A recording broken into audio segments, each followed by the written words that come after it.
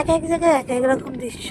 যেমন আমরা পুরীর সি বিচে সমতল দেখি, এখানে দেখো মনে হচ্ছে প্রকৃতি নিজে চাষ করেছে, কোদাল দিয়ে কুপিয়েছে, এত সুন্দর।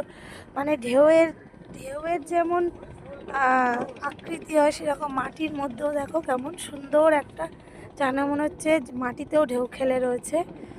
এই এখন জল এই উপরে আসার সময় হয়েছে, ওই পর্যন্ত জল যাবে, 10টার সময় দিক দিয়ে ঢেউ চলে আসবে। চলো আমরা ওদিকে চলে যাই এবার।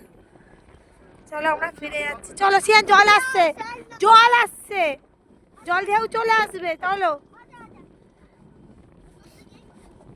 গেম খেলবো, গেম খেলে দিয়ে নিয়ে চলে যাবে, ওরম বলতে নেই।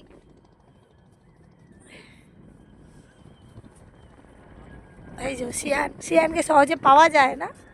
এই দেখো শিয়ান রয়েছে, মানে জল জোরে আসছে তাতেই পালিয়ে দেখেছ, বলছি তো ঢেউটা জোরে চলে আসবে। চলো চলো এবার জলটা উপর দিকে আসছে, দৌড়িয়েছে, এই যে ধরেছে, এতক্ষণ পরে তার ভয় লেগেছে। দেখো কি দারুণ প্রকৃতি, যেন মাটির উপরে আলপনা কেটে দিয়েছে, এত সুন্দর।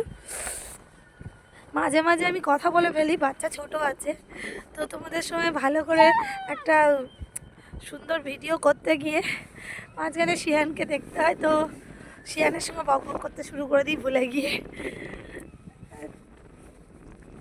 তো তোমরা মনে কিছু করো না, ভিডিওটা দেখো, জাস্ট অসম। তো আমাদের এমনি ওয়েস্ট বেঙ্গলের মধ্যে সবই আছে সৌন্দর্য, শুধু একটু ওটা আর বললাম না, ওই সব বাজি আছে। তাছাড়া আমাদের ওয়েস্ট বেঙ্গল কারোর থেকে কিছু কম না।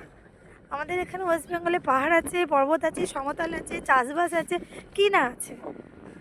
তো always the best of West Bengal. তোমরা যারা ওয়েস্ট বেঙ্গল ভিজিট করবে এখানে আসতে পারো, তোমাদের ভালো লাগবে।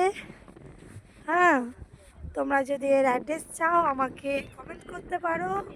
সব সময় তো পুরীর সি বিচে যাও, অরবিট যারা খোঁজো তারা এদিকটা আসতে পারো। আমরা যে হোটেলে রয়েছি তার থেকে একদম কাছে, পিছন দিকে। তো তোমরা আমাকে কমেন্ট করো, আমি তোমাদেরকে জানিয়ে দেবো। Bye bye.